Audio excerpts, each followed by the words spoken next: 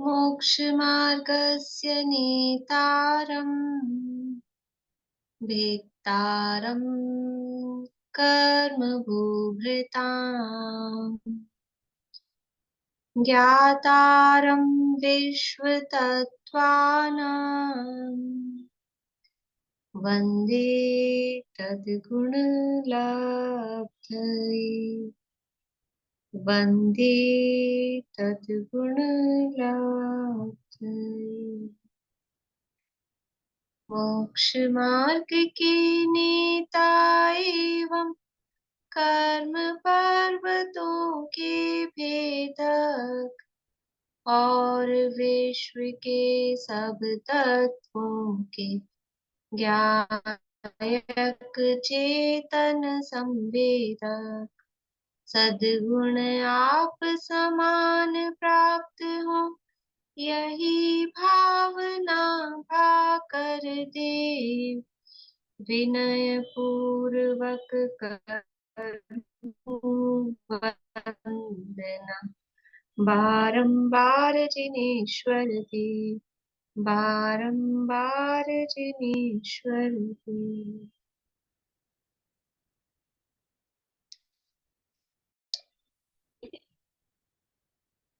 तत्वार्थ सूत्र नामक ये महाशास्त्र है, आचार्य उमा स्वामी देव द्वारा रचित। इसके तीसरे अध्याय की चर्चा हम कर रहे हैं और उसके अंतर्गत मध्य लोक का वर्णन हमारा चल रहा है। मध्य लोक में सबसे प्रथम जम्बूद्वीप, उसके बाद में लवण समुद्र, उसके बाद में धातकी खंड द्वीप और फिर काला नदी समुद्र।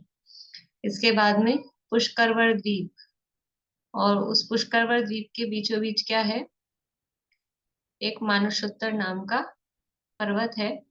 इस तरह से ये ढाई द्वीप होते हैं। तो ये ढाई द्वीप की चर्चा अपनी हो गई है। ढाई द्वीप के जो अकृत्रिम जिनालय हैं उनकी भी वंदना हमने कर ली है। कितने हैं ढाई द्वीप में अकृत्रिम जिनालय?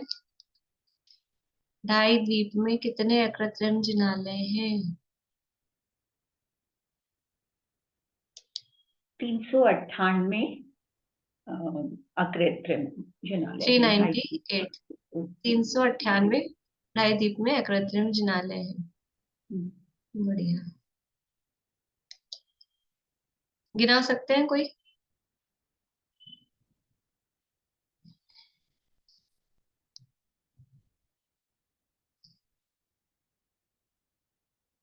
बोलिए आशा आंटी। 78 पर के हिसाब से 5 तो वही हो गए, तो 390 तो वो हो जाते हैं। और 4 वो जो ईश्वाकार वो पर्वत है उनके हैं, और 4 मानुषोर पर हो गए, तो इस तरह 398 है। हाँ, पर आपने बहुत ज्यादा शॉर्टकट कर दिया, 78 गिनाई है। अच्छा, बढ़िया। 78 में भी जैसे 34 तो विदेश क्षेत्र वाले, 32 कौन से नाम बोलना पड़ेगा ना, कौन से वाले? जो इस पे है विजयार्ड वाले पर्वत के, हाँ, जो हाँ, तो विजयार्थ संबंधी पर्वत, और 2 भरत क्षेत्र, ऐरावत क्षेत्र वाले। हाँ, तो ये हो गए 34 विजयार्थ। हाँ, 34 हो गए। एक जम्बू द्वीप के वाले बता रहा हूँ जो 78 होंगे, और 6 कुलाचल के हो गए, और सुमेरु पर्वत के 16, गजदंत के 4। कितने हो गए ये मुझे याद नहीं आ रही कितने हाँ, हुए। बोलिए आगे। और वो जो 6 कुलाचल वाले भी गिन लिए, 6 हाँ, कुलाचल वाले गिन लिए। और कांचनगिरी वालों में भी एक एक फर्स्ट वन नहीं है, उसमें नहीं है, तो ये कितने हुए? 78 में नहीं। आप ऐसा देखिए ना, नक्शा सामने रखिए तो आप चलिए लाइन से कि कहाँ से कहाँ, जैसे अपना रूट होता है ना, यात्रा पे जाते तो इसके बाद ये आएगा, इसके बाद ये आएगा, ऐसे वो नक्शा माइंड में रखिए। और 16 वो उनपे भी, वो जो बीच में विदेश क्षेत्र में बीच में पर्वत है उनके भी। हाँ, क्या बोलते हैं उनको? नाम भूल गई। बख्शारगिरी। बख्शारगिरी। हाँ, बख्शारगिरी के और रह गए अभी? कितने रह गए इनके? 2 रह गए। अब आपको हिंट है, 2 कम पड़ रहे हैं आपको। तो वो जम्बू शालमली वृक्ष। हाँ, 2 वृक्ष। तो जैसे सुमेरु से चले ना, 16 सुमेरु के 4 गजदंत के, उसी के पास में वो 2 वृक्ष हैं। तो जम्बू शालमली वृक्ष, फिर आगे आइए विदेश क्षेत्र में तो बख्शार पर्वत आ जाएंगे। ठीक है, बढ़िया। इस तरह से ये 78 हो गए। तो एक मेरु संबंधी 78 है, तो 5 मेरु संबंधी सेम ऐसे ही है। तो 5 मेरु संबंधी हो गए वो 390।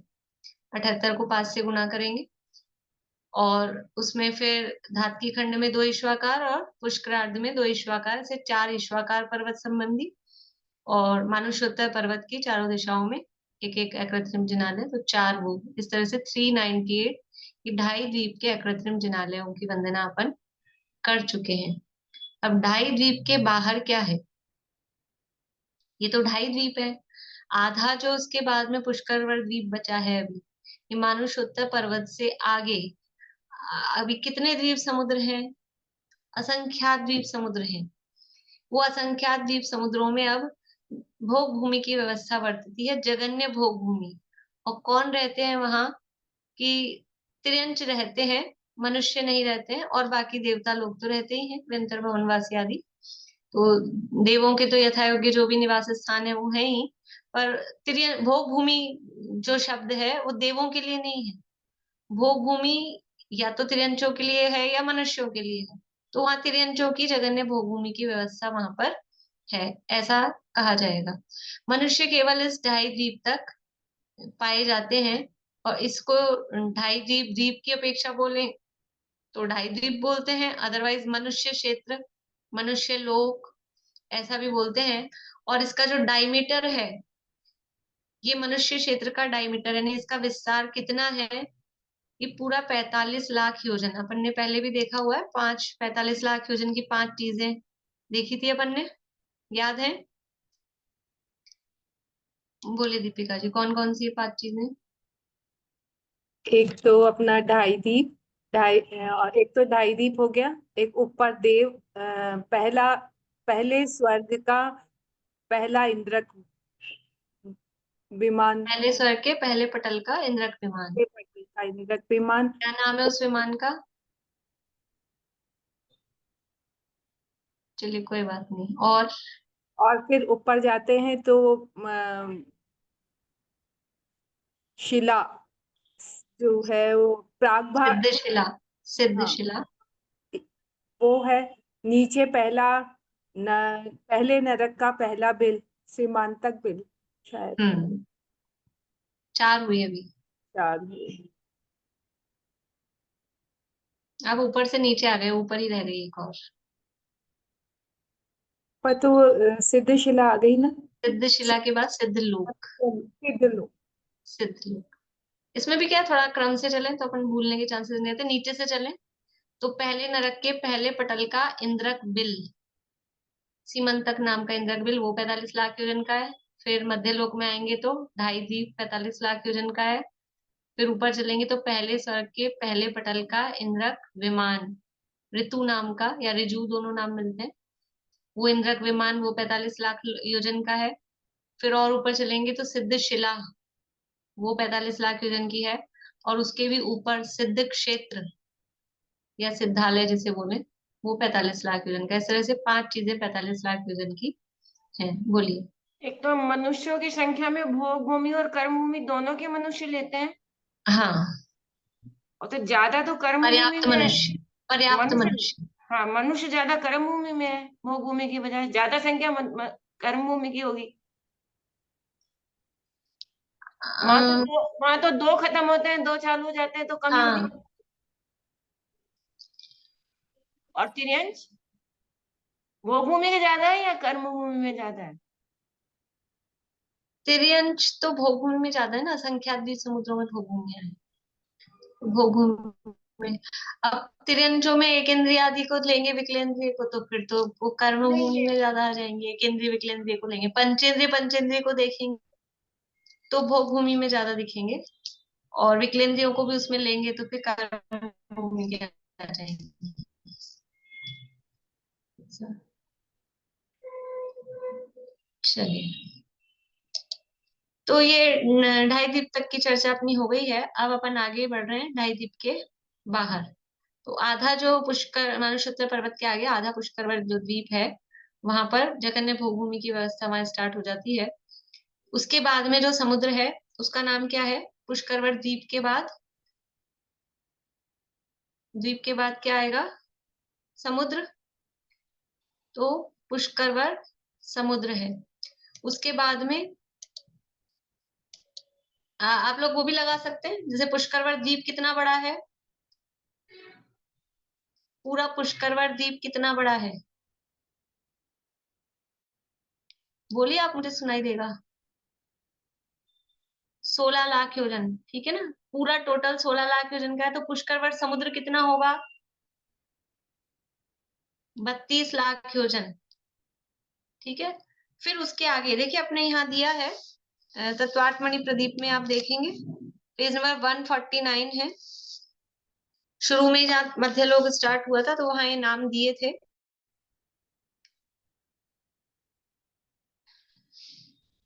मिल गया 149, 149 नंबर पेज है। फिर पुष्कर समुद्र को घेरे हुए उससे दूने विस्तार वाला वारुणी समुद्र, तो ये हो गया वारुणी द्वीप, समुद्र नहीं, वारुणी द्वीप, ये हो गया 64 लाख योजन का। फिर उसके बाद में उससे उसको घेरे हुए दूने विस्तार वाला वारुणी समुद्र। वारुणी किसे कहते हैं? वारुणी है शराब को कहते हैं। तो लवण समुद्र के जल का स्वाद तो नमक के समान है, नमक जैसा खारा है।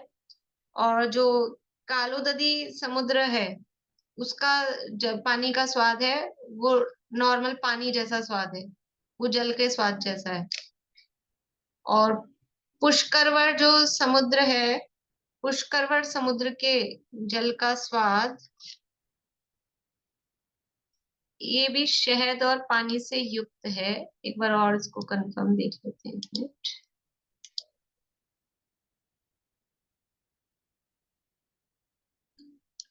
देखिए, तिलय पन्नति में गाथा दी है, 4 समुद्र प्रत्येक रस, अर्थात अपने अपने नाम के अनुसार वाले रस वाले 4 समुद्र, तो 3 समुद्र जल के स्वाभाविक स्वाद सदृश, यानी जल जैसा ही स्वाद है। और शेष जो समुद्र हैं, मतलब असंख्यात समुद्रों में से 4 समुद्र हैं, तो जो उन समुद्रों के नाम है, जैसे लवण समुद्र है तो लवण जैसा स्वाद है, वारुणी समुद्र है तो वारुणी यानी शराब जैसा स्वाद है। ऐसा 4 समुद्र तो अपने अपने नाम के जैसे स्वाद वाले हैं, 3 समुद्र हैं वो पानी के स्वाद वाले ही हैं। और इसके बाद बाकी के जो असंख्यात समुद्र हैं वो सब एक ईख रस, मतलब इक्षु रस, मतलब गन्ने के रस के स्वाद वाले हैं। तीसरे समुद्र में मधु, मधु के स्वाद सदृश जल है। तीसरा समुद्र कौन सा हो गया? ये अपना पुष्करवर समुद्र, ठीक है, ये यहाँ दिया है मूल में। पुष्करवर जो समुद्र है ये मधु यानी शहद, शहद के स्वाद वाला। तो पहला लवण समुद्र के जल का स्वाद, मैंने शुरू में भी शायद बताया होगा जब ये अपने चालू किया था, किसी ने लिखा होगा तो याद होगा, उनको नहीं लिखा होगा तो याद ही नहीं होगा। लिखा हुआ याद रहता है कि हाँ ये पढ़ाया था, लेकिन मुझे पता है कि नहीं लिखा होगा या भूल गए होंगे, इसलिए फिर से बता रही। लवण समुद्र के जल का स्वाद नमक जैसा, फिर कालोदरी समुद्र का पानी के जैसा, और पुष्करवर समुद्र का शहद मधु के स्वाद जैसा, वारुणीवर समुद्र का है वो शराब के जैसा, शराब का समुद्र है। जो लोग शराब के प्रेमी होंगे वो तो खुश हो जाएंगे। लेकिन मुश्किल यह है कि वहां मनुष्य जा नहीं सकते, पहुंच नहीं सकते। और देखो, शराब नहीं है, जल का स्वाद शराब जैसा है, शराब नहीं है, ये ध्यान रखना है। शराब का समुद्र नहीं है। स्वाद ऐसे नहीं आता है, कभी कभी कोई चीज अपन खाओ और स्वाद किसी और चीज जैसा आता रहता है, ऐसा लगता है कभी कभी। तो ऐसे ही वो पानी का स्वाद, अभी अपने इधर हस्तिनापुर साइड जाओ ना, तो वहां बोरिंग में से पानी आए तो थोड़ा थोड़ा गन्ने के रस का स्वाद आता है, क्योंकि वहां गन्ने बहुत होते हैं हस्तिनापुर में। तो वो पानी में ही थोड़ा थोड़ा आता है। किसी ने फील की ये चीज? नहीं, किसी को भी अनुभव? अब कभी जाएं हस्तिनापुर तो ट्राई करना। पता नहीं, हम तो गए थे पहले तो हमें तो लगा था अब बदल गए वो पानी सारे खत्म होके वो बात अलग है, लेकिन उधर गन्ना ज्यादा होता है तो वो पानी में थोड़ा थोड़ा वो गन्ने के का ऐसा टेस्ट आता है, तो वो टेस्ट होता है पर गन्ने का रस नहीं है, वो टेस्ट ऐसा होता है। फिर उसके बाद है शीरवर द्वीप और शीरवर समुद्र। तो शीर किसे कहते हैं? शीर कहते हैं दूध को, तो वो दूध के जैसे स्वाद वाला शीरवर समुद्र। ये कौन सा है? पंचम समुद्र। कुछ विशेषता है इस समुद्र की? इस पांचवें समुद्र की कुछ विशेषता है? बोलो पारुल। जब बालक तीर्थंकर का जलाभिषेक होता है तो शीर इसी समुद्र से आता हाँ, इस जो क्षीर समुद्र है, शीरवर कहो या क्षीर समुद्र, यहीं से वो जल आता है। और 1008 कलशों से अभिषेक होता है। अब कितनी दूरी हो गई? यहाँ तक की दूरी निकाल के बताएंगे? दो दो अंकल मेरे पास सामने आसपास में दिख रहे हैं मुझे, तो जल्दी से दूरी बताएंगे दोनों में से कोई भी। क्षीर समुद्र तक कितनी दूरी हो गई? अच्छा, इन लोगों ने लगा ही रखा है, बोलिए नीता जी। गलत है वो दीदी। 256 लाख योजन। 256 लाख योजन। लाख? योजन पहले का लिखा हुआ दीदी मेरे पास तो। नहीं, और कोई बताएंगे कितना आया? अंकल किया आपने? देखो अभी तो अपन ने 64 किया था ना, यहाँ तक 64 का दूना 128, तो 256 के आगे आएगा, 512 आएगा शायद। 256 ही आ रहा है, 256 ही आ रहा है। अरे भाई एक बताओ, कोई कोई हाँ कर रहा है, कोई ना कर रहा है, मैंने लिखा नहीं एक्चुअली। क्षीरवर की 256। 256? क्षीरवर द्वीप की? द्वीप नहीं, समुद्र समुद्र। समुद्र की 512। 512 आएगा ना? हाँ 512। शीरवर समुद्र 512 लाख योजन विस्तार वाला है। अपने यहाँ से दूरी कितनी हो गई? मैं तो डिस्टेंस भी पूछ रही थी, अपने यहाँ से दूरी कितनी हो गई?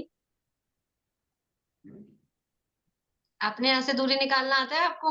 अभ्यंतर सूची, बाह्य सूची, ये जो बताइए ना, अभ्यंतर सूची देखो, वो अपने यहाँ से दूरी हो जाएगी। ये बाह्य सूची तो वो पूरा मिला के होगा। निकालिए आप लोग। तो इतनी दूर से वो पानी आता है क्षीर समुद्र से। अभी जो भी कोई निकाल रहे हैं तो निकालिए, बता देना किसका निकल गया है। अपने जम्बू द्वीप से क्षीर समुद्र तक की दूरी कितनी है? निकाल लिया पारुल?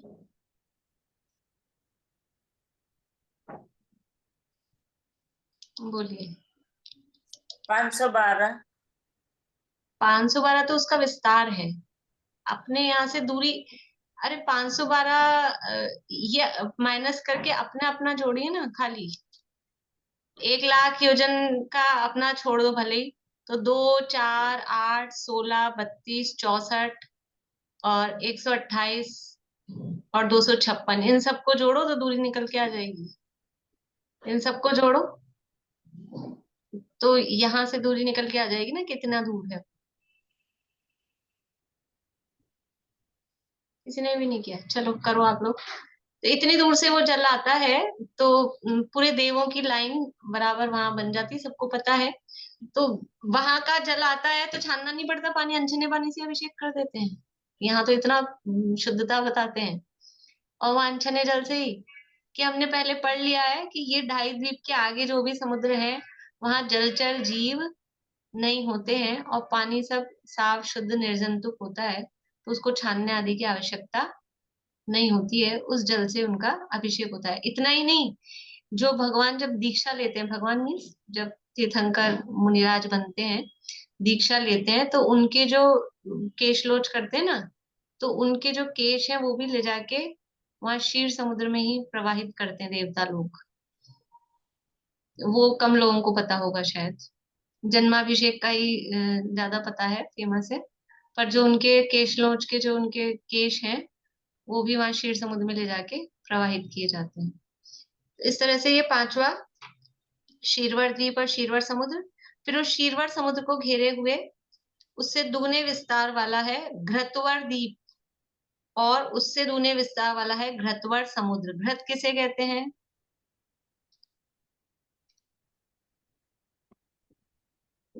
घृत किसे कहते हैं?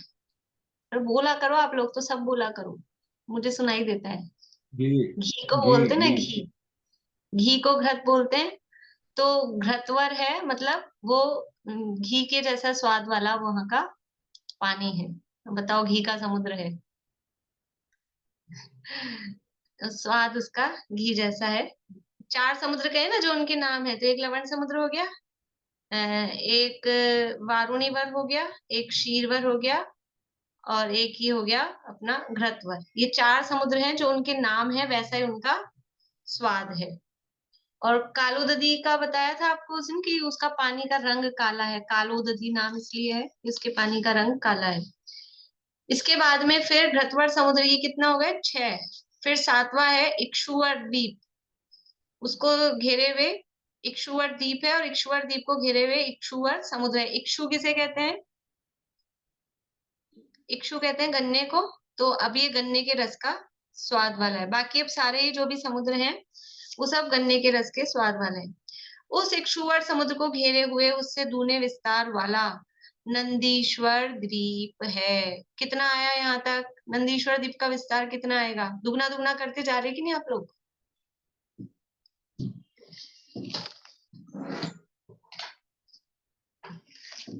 देखिए, नंदीश्वर द्वीप का विस्तार कितना है? यदि भी पहले भी अपना नंदीश्वर द्वीप की रचना और पूजन के आधार पे पहले भी चल चुका है, काफी लोगों को पता है। देखो कौन से नंबर पे आ रहा है नंदीश्वर द्वीप, नंबर कौन सा आ रहा है?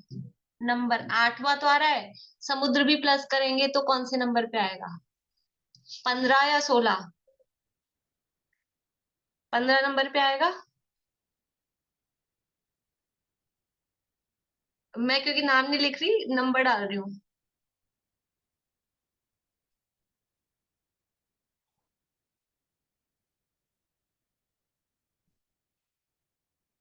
एक द्वीप एक समुद्र ऐसा है ना। तो नंदीश्वर द्वीप तक पहुंचेंगे तो ये पहला, जैसे ये द्वीप है, इसको अपन बना लेते हैं ये यहाँ समुद्र, फिर ये समुद्र, फिर ये समुद्र, ये समुद्र, ये समुद्र, ये समुद्र, ये समुद्र, ये द्वीप आएगा 15वां।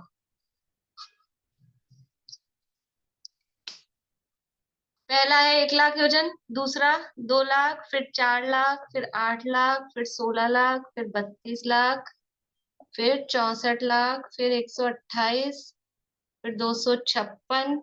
आप लोग खुद लिखिएगा, तब समझ में आएगा, कॉन्फिडेंस रहेगा, याद भी रहेगा। और भूल जाएंगे तो करने का तरीका आएगा। ठीक है। फिर 10वें नंबर पे जो समुद्र आएगा वो है 512। फिर 11वें नंबर पे 1024, फिर 2048, फिर 4096, और फिर कितना आएगा ये दुगना?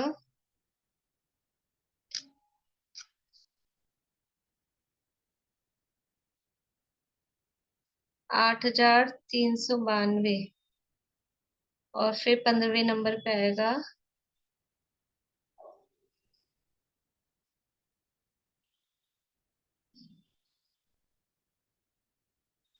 16384। ठीक है, ये आ गया सबका। ये सब लाख में है, इसके आगे 5 जीरो सबके आगे लगानी है। कितना आ रहा है? भाभी लास्ट के 2 गलत आ रहे हैं। इक्षुवर समुद्र का जो आएगा वो 8192 आएगा। हाँ, ये वाला मैंने गलत लिख दिया, ये तो 8192। हाँ ठीक है। और फिर नंदीश्वर द्वीप आएगा 16384। हाँ 16384। 16384। ठीक है। ठीक है, समझ में आ रहा है क्या कर रहे हैं अपन? नंदीश्वर द्वीप कितना बड़ा है? जैसे जम्बू द्वीप 1 लाख योजन का है, लवण समुद्र 2 लाख योजन का है, वैसे नंदीश्वर द्वीप कितना बड़ा है वो देख रहे हैं। और हमारे यहाँ से नंदीश्वर द्वीप कितना दूर है? तो ये 1 से लेके और 8192 तक का जोड़ कर लो, तो अपने यहाँ से दूरी निकल जाएगी। समझ में आ रही बात? ये सबका प्लस करेंगे तो अपने यहाँ से कितना दूर है डिस्टेंस, वो समझ में आएगा। अभी जो अपन ने निकाला है, क्या निकाला है? नंदीश्वर द्वीप कितना बड़ा है, और वो कितना बड़ा है एक साइड में, क्योंकि अब तो ये वलयाकार, वलयाकार मतलब चूड़ी जैसा है, जम्बूद्वीप तो पूरा एक सा था, थाली जैसा। ये एक साइड में 163 करोड़ 84 लाख, पूजन जो लोग करते हैं उनको याद होगा, 163 कोടി जोजन महा, लाख 84 एक दिशी में लहा, आठमो द्वीप नंदीश्वरम भास्वरम, मौन बावन प्रतिमा नमो सुखकरम। तो 163 करोड़ 84 लाख योजन वो एक दिशा में, इतना उसका विस्तार है।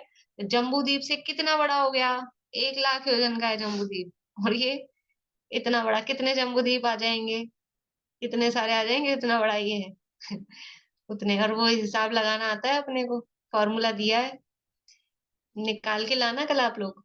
नंदीश्वर द्वीप में कितने जम्बू द्वीप, जम्बू द्वीप जितनी बड़ी बड़ी तो अभी बावड़ियां आ जाएगी वहां नंदीश्वर द्वीप। आप कुछ कह रहे हैं अंकल, बोलिए।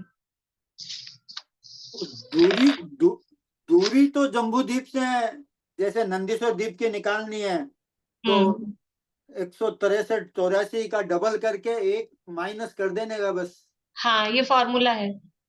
दूरी निकालने के लिए, हाँ हाँ एरिया निकालने का तो आपने बताया वो है। हाँ हाँ, ठीक है, वो फार्मूला है, पर वो मैं तो तभी वैसे बता रही थी, मतलब इतनी दूरी, वो इसके फार्मूले हैं कि ये ऊपर वाले, मतलब इस ये जो लास्ट में आया है ना, ये लास्ट में कैसे आता है कि ये जो अपना आया है 163 करोड़ 84 लाख, तो ये कैसे आया है कि इससे ऊपर वाली सारी संख्याओं का डबल करके और एक प्लस कर दो। आप करके देखो, जैसे यहाँ 4 कैसे आया, ये सब फार्मूले तिलवे पन्नती में आचार्य देव ने दिए खुद ने, मूल गाथाओं में।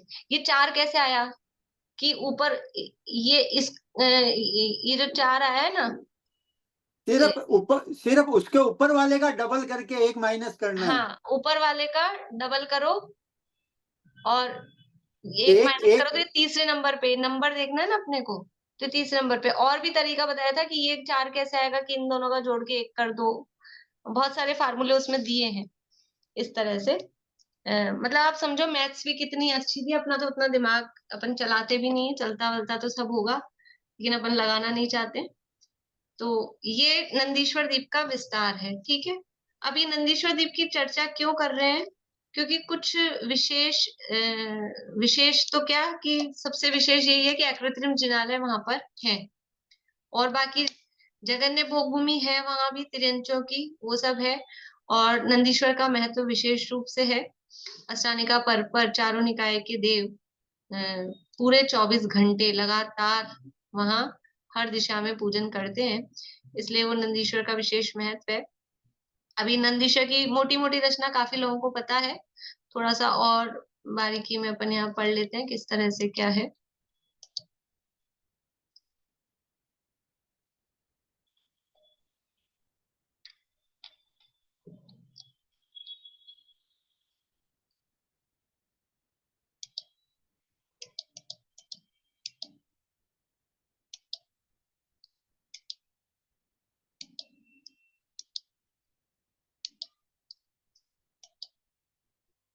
ये देखिए नंदीश्वर का ये आ गया अपना, इसका बाह्य सूची व्यास, मतलब इसका जो विस्तार है 163 करोड़ 84 लाख योजन, ये इसका नंदीश्वर द्वीप का विस्तार है। अभी सूची व्यास अपन नहीं निकाल रहे।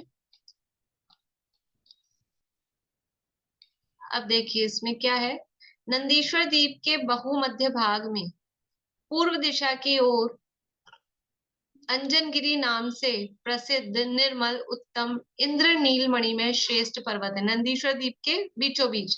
तो नंदीश्वर द्वीप का बीच कहाँ होगा, नंदीश्वर द्वीप का बीच मतलब हर दिशा में जो जो ये उसका वलयाकार जिस तरह से वो है,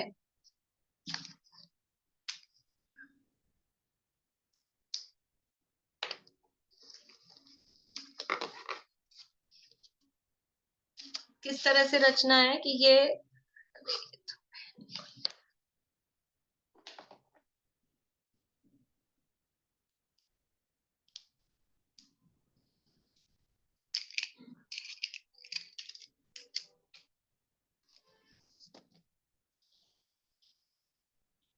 ये समझ लीजिए बीच में बाकी के 7 8 द्वीप, 7 द्वीप और समुद्र ये हैं। तो इसके बीचों बीच मतलब यहाँ बीचों बीच ऐसा। तो नंदीश्वर द्वीप के बीचों बीच एक अंजनगिरी नाम का पर्वत है। कैसा है? इंद्र नीलमणि में, इंद्र नीलमणि में मतलब नीलमणि में, तो ब्लू कलर, ब्लू मतलब डार्क ब्लू, तो उसको अपन इसलिए अंजन नाम है और ब्लैक से उसको बताते हैं। यह पर्वत 1000 योजन गहरा, मतलब इसकी नींव कितनी है? 1000 योजन की नींव है।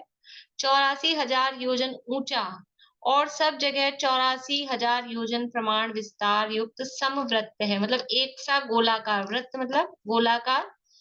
84,000 योजन की ऊंचाई है और 84,000 योजन का ही इसका डायमीटर है, समझ लीजिए। जो इसका व्यास है डायमीटर वो भी 84,000 योजन, हाइट है वो भी 84,000 योजन, और गहराई यानी नींव है वो 1,000 योजन।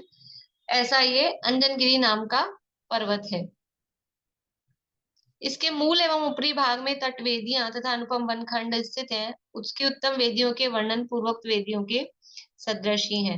मतलब जैसे जो ये पर्वत है ना, ये अंजनगिरी पर्वत है, तो इसके बाहर यहाँ वन है चारों तरफ, जैसे तो वन की भी बाउंड्री वॉल है। जो ऊपर हाइट पे जैसे यहाँ ये 84,000 योजन ऊंचा है, तो ऊपर भी जाके उसकी बाउंड्री वॉल है। ऐसा ऐसा नहीं पर्वत यूं ही खुला है, वन वेदियों सहित ऐसा कहा है, तो वो उसकी बाउंड्री वॉल्स बराबर बनी हुई है। ठीक है, तो अपने को तो क्या ध्यान रखना है कि 84,000 योजन ऊंचाई वाला है, 84,000 योजन विस्तार है, और कैसा है? समवृत्त मतलब गोलाकार, एकदम ऊपर से नीचे तक एक सा गोलाकार। देखो कितनी तरह के अलग अलग तरह के पर्वत हैं। हिमवन पर्वत है, छठकुलाचल, वो दीवार जैसे ऊपर से नीचे तक एक से। अब ये नंदीश्वर के जो पर्वत हैं, ये ऐसे, इसलिए ढोल सम गोल ये शब्द आता है ना, तो गोलाकार, वो इतना लंबा ऐसा गोलाकार खड़ा होगा तो ढोल जैसा ही लगेगा। गोलाकार है और फिर चौड़ाई भी उतनी ही है, जितनी ऊंचाई है उतनी उसकी चौड़ाई है, तो एकदम ढोल जैसा लगता है। तो गोलाकार वहां स्थित है। मैं मूल में से इसलिए पढ़ रही हूँ, पता तो सबको है ही, तो थोड़ा सा अपने को इसका भी टेस्ट आ जाए कि मूल में लिखे हैं आचार्यों ने।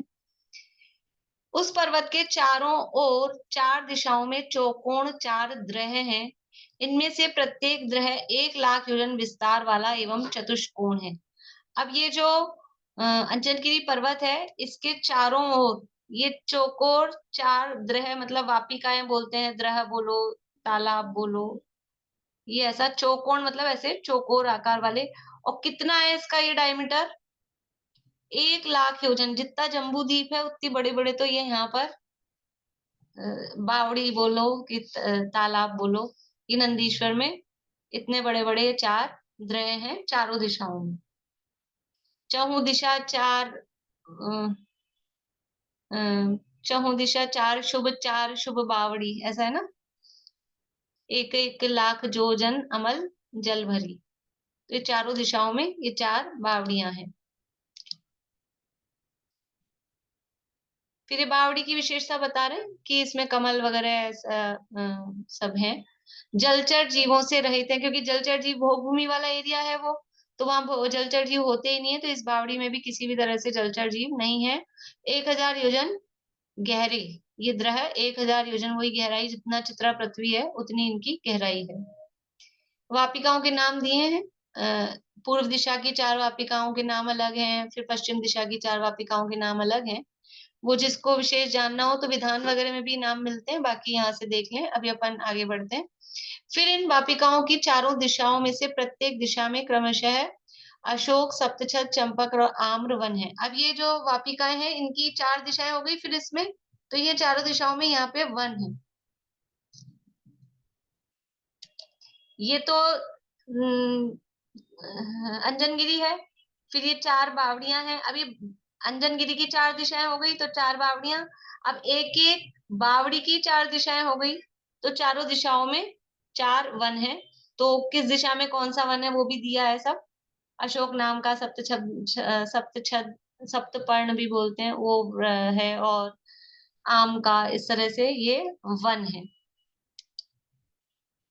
पूजा में आ रहा है कि ये भी 1,1,1,1 लाख योजन के वन भी। हाँ तो वन भी है होंगे ना, तो इतना 163 करोड़ 84 लाख का है, तो वो क्या दिक्कत है? 84,000 का ये हुआ। ये चारों वन एक लाख का, प्रत्येक वन एक लाख योजन का हुआ। हाँ हाँ, तो क्या इसके बीच में इतना गैप होगा? यहाँ वन है फिर वन है, बहुत बहुत बड़ा है ना। और जो ये तो अपने को लगता है खाली यही रचना, खाली यही रचना नहीं है यहाँ पर। जैसे सुमेरु के जो 4 वन हैं, वहां अपन केवल जहाँ जिनालय है वो जिनालय की रचना देखते हैं, लेकिन अकेला वहां जिनालय नहीं है। उसके अलावा जो कुबेर आदि के भवन, थोड़ा सा अपन ने पढ़ा तो था, बताया तो था हल्का सा आपको, कि इनके वहां पे मैंने वर्ड यूज किया था कि उनके वो हैं फार्म हाउस, आउटिंग के एरिया, तो उनके वहां ऐसे ही यहाँ पर भी बहुत बड़ा एरिया है। अपन खाली ये रचना देख रहे हैं, इसके अलावा देवों के महल वहल, रहने के स्थान बहुत सारे यहाँ बने हुए हैं सब। और ये ऊपर 84,000 योजन जो ऊपर है, उसमें सिर्फ चैतालय ही है कृत्रिम, या और भी कुछ है? नहीं नहीं, वो अभी देखते हैं अपन। चैतालय तो है ही है, उसके अलावा चैतालय जहाँ है तो फिर देव तो वहां साथ में रहेंगे ही रहेंगे उनके, वो भी है। और मैम एक यहाँ जब बाउंड्री वॉल जब है ही उसकी। जब अस्थानिका में देव यहाँ पर भगवान के अभिषेक भी करते होंगे? नहीं। अभिषेक का ऐसा देखने में नहीं आया, और देख लेंगे। करें तो कर भी मतलब वैसे जरूरत नहीं होती है। अकृत्रिम प्रतिमाओं में अभिषेक की आवश्यकता नहीं होती है, क्योंकि वहां धूल मिट्टी आदि का ऐसा कुछ होता नहीं है। पर भक्ति भाव से अगर करें तो कर भी सकते हैं। तो फिर वो जल वहां क्षीर समुद्र का ही लाते हैं, या इसका ले लेते हैं नंदीश्वर द्वीप का? नहीं। ऐसा देखते हैं, अभी शायद इसमें मैंने देखा नहीं है। मैम बावड़ी के चारों तरफ वन है कि दो हाँ, साइड में वन है? चारों चारों तरफ, साइड चारों तरफ। मतलब म्यूट हो गया आप। 16 वन हो गए, मतलब चार हाँ चार आठ हाँ चार चार। हाँ, 16। देखिए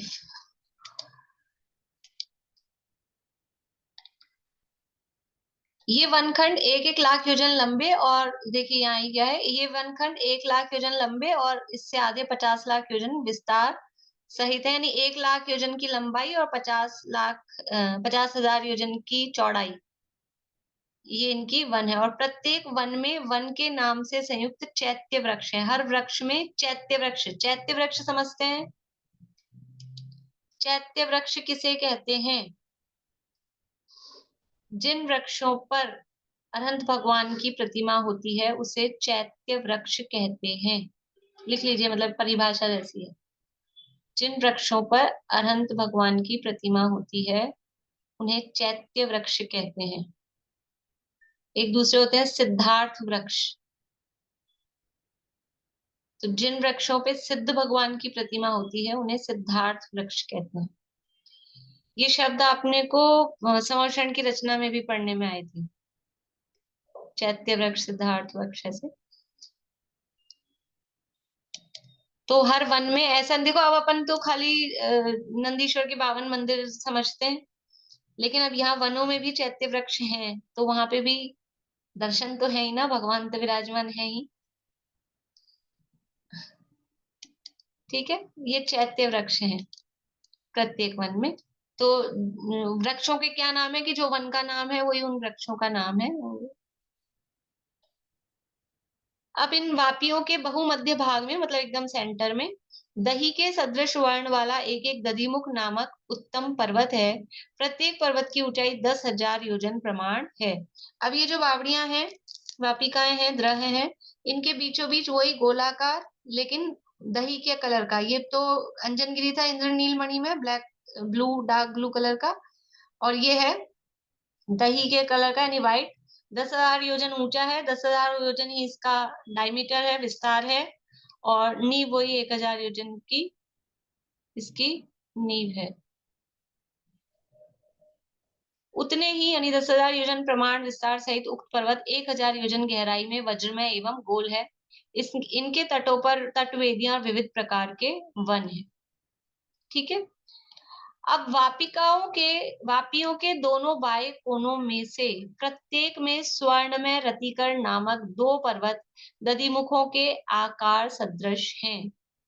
क्या कह रहे हैं कि ये जो वापिकाएं हैं, ये वापिकाएं हैं, इनके बाएं कोनों पर बाह्य कोना मतलब आउटसाइड वाले, एक ये वाला देखो, कोने तो चार हैं, लेकिन ये आउटसाइड वाले जो बाहर वाले हैं, ये एक दो, ये ऐसा, ये बाएं कोने पर इन्हीं के आकार, जैसा ये गोलाकार है वैसे ये भी गोलाकार, ऐसे रतिकर्ण नाम के, क्योंकि स्वर्ण के सदृश लिखा है तो जो ऑक्सीडाइज गोल्ड होता है रेडिश कलर का तपाया हुआ सोना, तो ऐसा करके वो रतिकर यानी रेड गोल्डन, जो वैसा रेडिश गोल्डन वाला कलर होता है, तो अपन लाल रंग का बोलते हैं उसको, उस रंग के ये रतिकर नाम के 8 पर्वत, 4 वापिका है, कोने हर वापिका के 2 कोने, तो हर कोने पे एक पर्वत है, तो 8 पर्वत इस तरह से ये रतिकर नाम के पर्वत यहाँ पर स्थित हैं। अब इन पर्वतों की कितनी है लंबाई देखिए,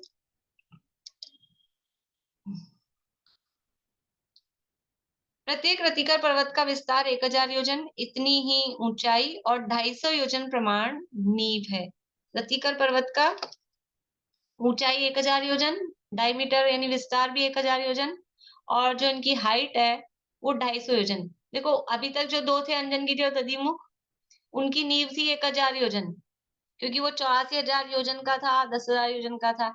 अभी ये खुद ही 1000 योजन का है, और फिर 1000 योजन की नींव, तो मेजरमेंट मतलब हिसाब होता है ना, वे कितनी हाइट ले रहे हैं, इसलिए इसकी नींव है अपनी हाइट का 1/4, तो 250 योजन की इसकी नींव है।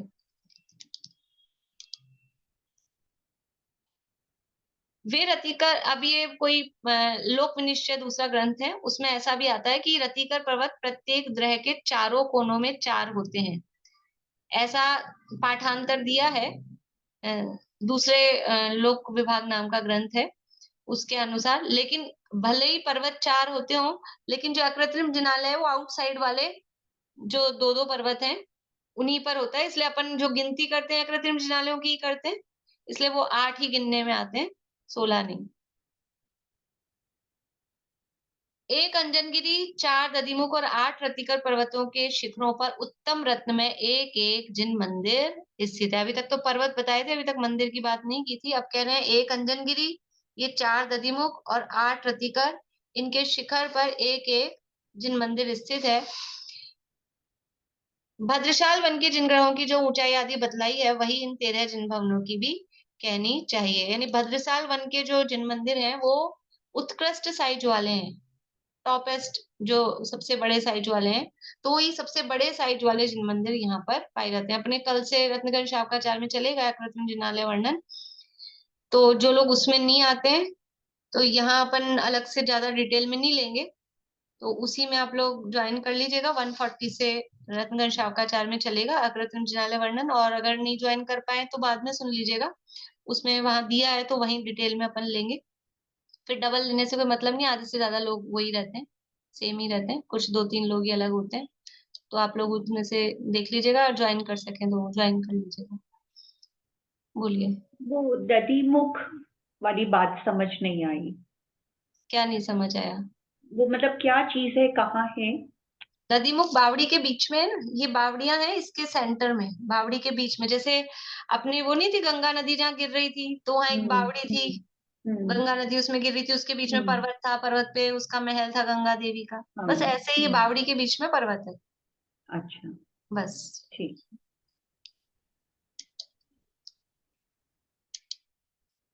भाभी, एक अंजनगिरी पर्वत है या 4 अंजनगिरी पर्वत है? एक दिशा में, एक दिशा के किनारे एक दिशा में एक अंजनगिरी पर्वत है, चारों दिशाओं के मिला के 4 अंजनगिरी होंगे। तो अभी एक दिशा के किनारे। पहले अंजनगिरी पर्वत है, फिर वन है, फिर 1,00,000 हाँ, योजन की वो है वापी। बावड़ी। 4 बावड़ियां हैं वो। हाँ, चारों दिशाओं में ना, ये चारों दिशाओं में बावड़ी है। फिर उनको घेरे हुए भी वन है।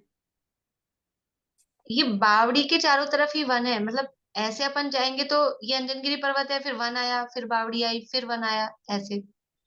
और ऐसे कह लो कि अंजनगिरी पर्वत है, इसके यहाँ बावड़ी है, बावड़ी के चारों तरफ वन है, ऐसे कह लो। आया समझ में? हाँ। ठीक है।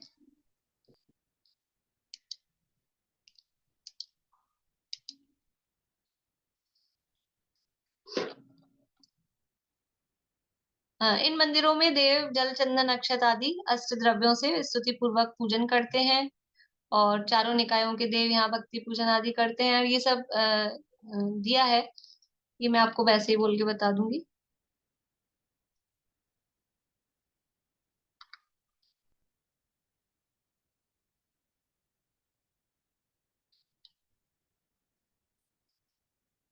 देखिए ये चित्र देख लीजिए नंदीश्वर का।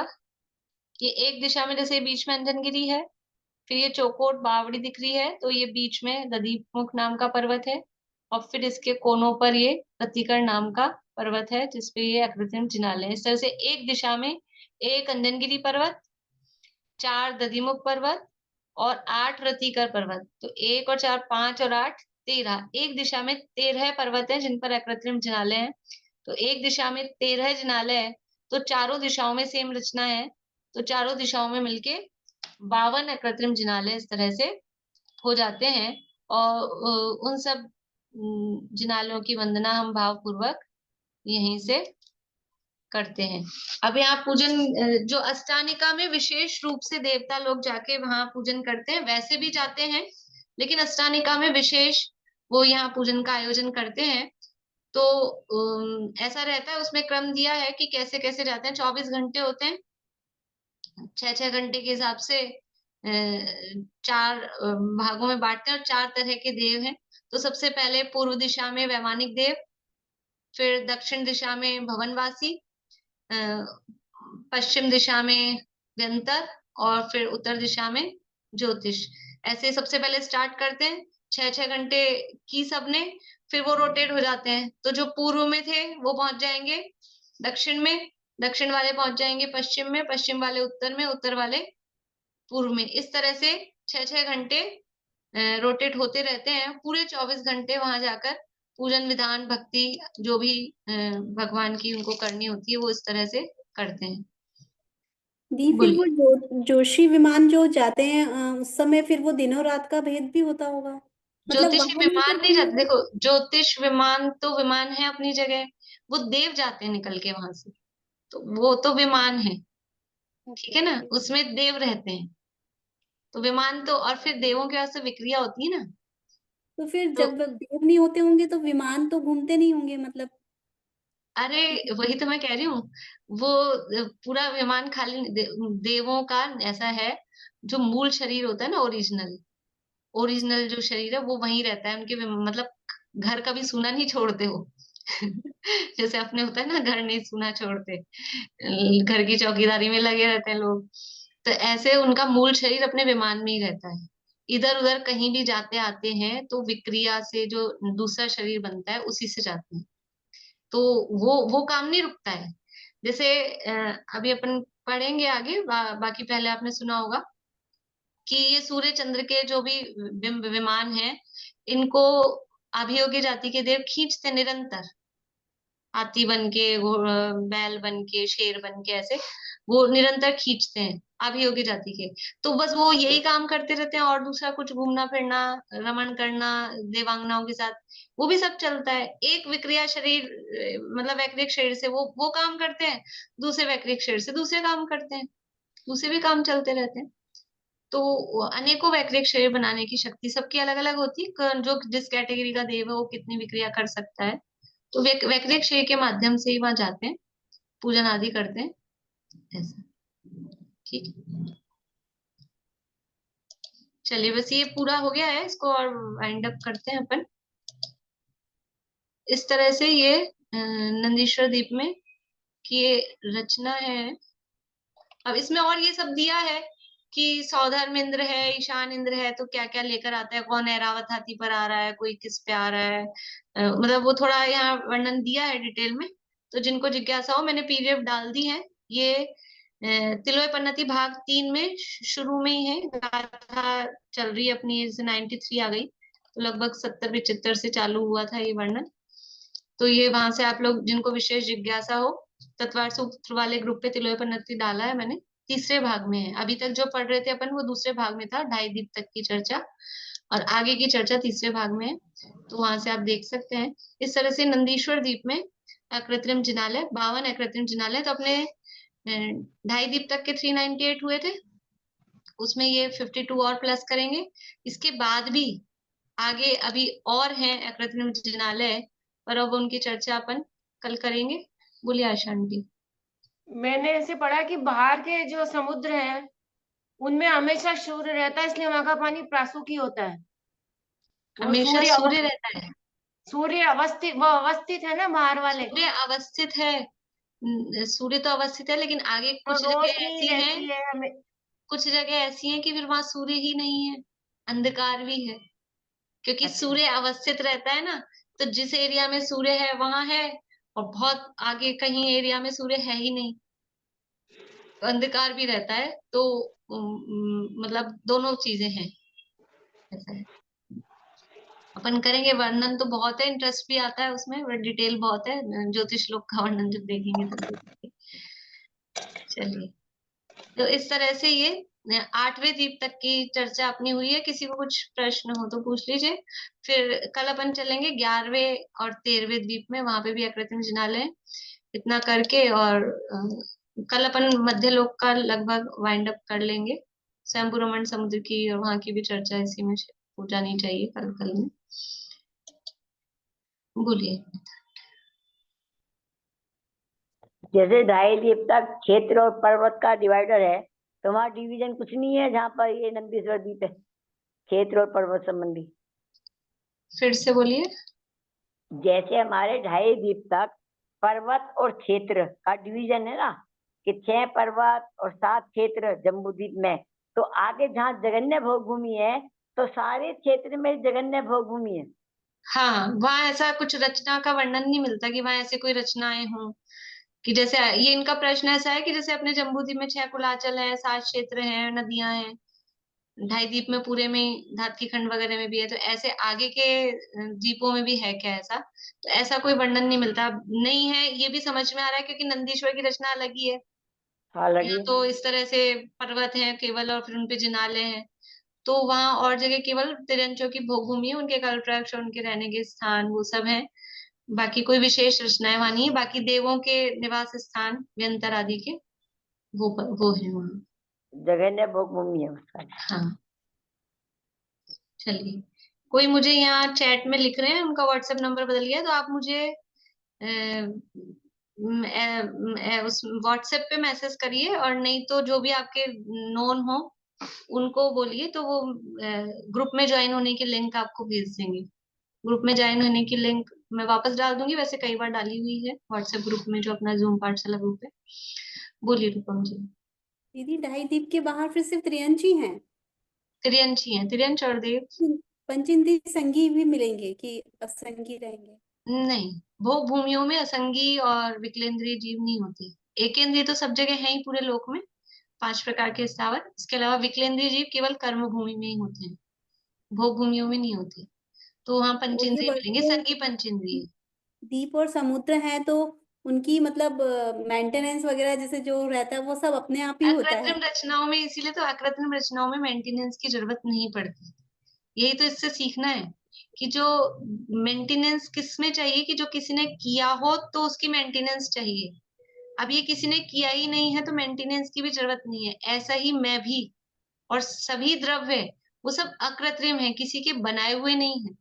तो इसलिए किसी द्रव्य को किसी दूसरे से मेंटेनेंस की जरूरत हो, मुझे किसी की मेंटेनेंस की जरूरत हो, किसी और को मेरी मेंटेनेंस की जरूरत हो, ऐसी कोई आवश्यकता नहीं है।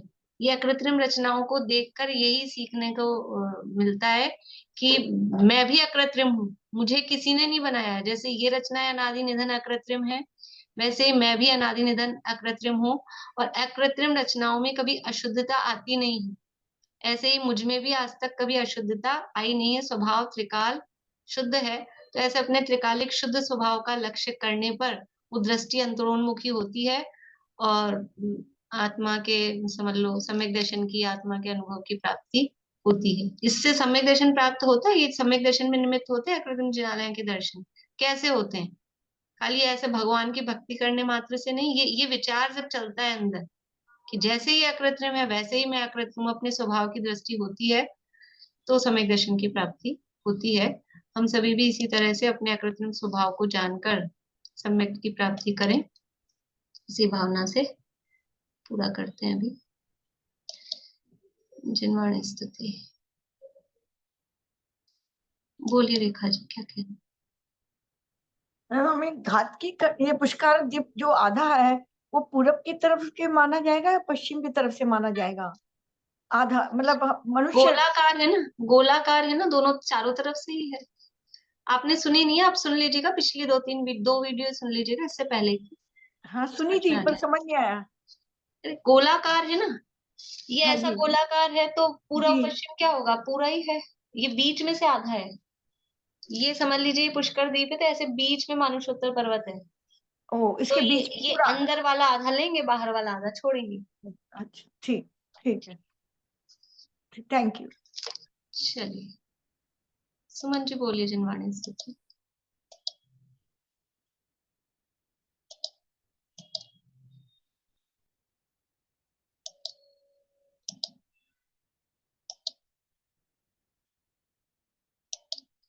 सुमन जी। बोल। अहिंसा मई हो प्रवृत्ति सहजी, जीवन का आधार हो सत्य सुखमय। अचौर्य धारे पर प्रीति त्यागे, परमशील वर्ते रहे सहज निर्भय। महाक्लेशकारी है आरंभ परिग्रह, उसे छोड़ लग जाए निज साधना में। धुल जाए सब मैल समता की धारा से, बढ़ते ही जाए सुआराधना में। होवे जितेंद्रिय परम तृप्त निज में, एकाग्रता हो परम मग्नता हो। साक्षात साधन मुक्ति का सुखमय, निर्दोष चारित्र जयवंत वर्ते। सर्वज्ञ शासन जयवंत वर्ते, निर्ग्रंथ शासन जयवंत वर्ते।